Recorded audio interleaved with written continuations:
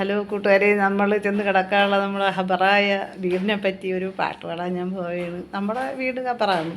കാരണം നമുക്ക് ഈ ദുനിയാവിൽ ഒരുപാട് നാളത്തെ ജീവിതമൊന്നുമില്ല. നമ്മളെ ഈ വീടും ഇപ്പം നമ്മളെ എല്ലാ സൗഭാഗ്യങ്ങളും നമ്മൾ സുഖമായിട്ട് ജീവിച്ച എല്ലാം വിട്ടിട്ട് നമ്മൾ പോകണം. അപ്പം നമ്മുടെ വീട് ഇവിടെ ഇല്ല, നമ്മുടെ വീട് ഖബറാണ്. ആ ഖബറിൽ ചെന്ന് കിടന്നാലുള്ള അനുഭവമാണ് ഞാനൊരു പാട്ടാക്കി പാടുന്നത്. എല്ലാവരും അത് വിശ്വസിക്കണമെന്നില്ല, എല്ലാവർക്കും അത് മനസ്സിലാവണമെന്നുമില്ല. എന്നാലും നിങ്ങളിത് കേട്ടിട്ട് ഷെയറും സബ്സ്ക്രൈബൊക്കെ ചെയ്യണം കേട്ടോ കൂട്ടുകാരെ. അങ്ങനെ ആ പാട്ട് ഞാൻ ഖബറിനെ പറ്റി ഒരു പാട്ട് പാടുകയും നമ്മുടെ വീടാണത്.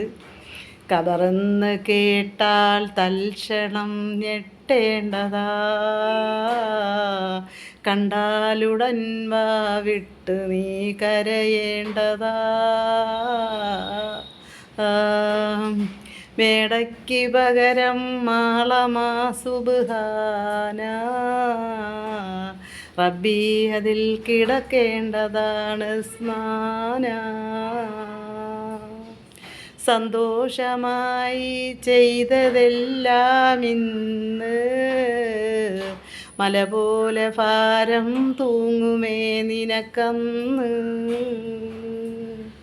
അവൻ സ്വീകരിച്ച കുറഞ്ഞതും വർദ്ധിച്ചതാ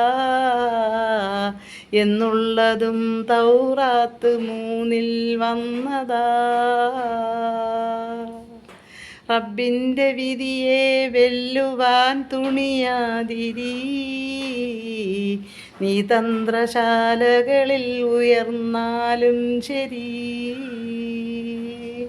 മുറുകെ പിടിച്ചോ റബ്ബിനെ നീ എപ്പോഴും, നീങ്ങാത്ത തണലാ നീ മരിച്ചാലെപ്പോഴും. അല്ലാഹുവേ ഞങ്ങൾക്ക് നീ ഇഖ്ലാസ് താ, നീ നിന്റെ ദയവാൽ നിന്നിലേക്ക് അടുപ്പിച്ചു താ. നിബിതങ്ങളിൽ ഗുണം ചെയ്യണേ അസ്ഹാബിനും, യാ റബ്ബി അല്ലാലിനും അത്ബാഇനും.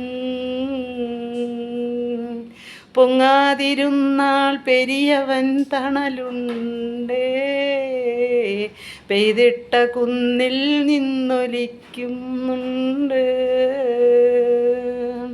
ഹസദെന്ന രോഗം കാക്കണേ മരണം വരെ,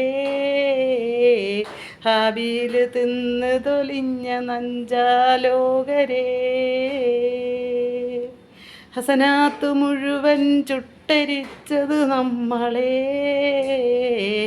അറിയാതെ തെണ്ടിക്കുന്ന തീയാ മക്കളെ. അല്ലാഹുവേ ഞങ്ങൾക്ക് നീ ഇഖ്ലാസ് താ, നീ നിന്റെ ദയവാൽ നിന്നിലേക്ക് അടുപ്പിച്ചു താ. കൂട്ടുകാരെ, നിങ്ങൾക്ക് മനസ്സിലായെങ്കിലും ഇല്ലെങ്കിലും നിങ്ങളിത് കേൾക്കണം. നമ്മൾ ഖബറിനെ പറ്റിയുള്ളൊരു പാട്ടാണ്. നമുക്ക് എല്ലാവർക്കും നമ്മൾ മരിക്കുമ്പോൾ എല്ലാവരെയും വേറെ ദയിപ്പിച്ചാലും അല്ലാതെ ആയാലും എന്തായാലും നമ്മളെല്ലാവരും ഒരിടത്താണ് പോകണത്. അതുകൊണ്ട് ഖബറായാലും എവിടെയായാലും അതാണ് നമ്മുടെ വീട്. ഇതൊന്നും നമുക്ക് ശാശ്വതമല്ല. ഇതിഷ്ടമായെങ്കിൽ ലൈക്ക് ഷെയർ സബ്സ്ക്രൈബ് ചെയ്യണേ. ഓക്കെ കൂട്ടുകാരെ.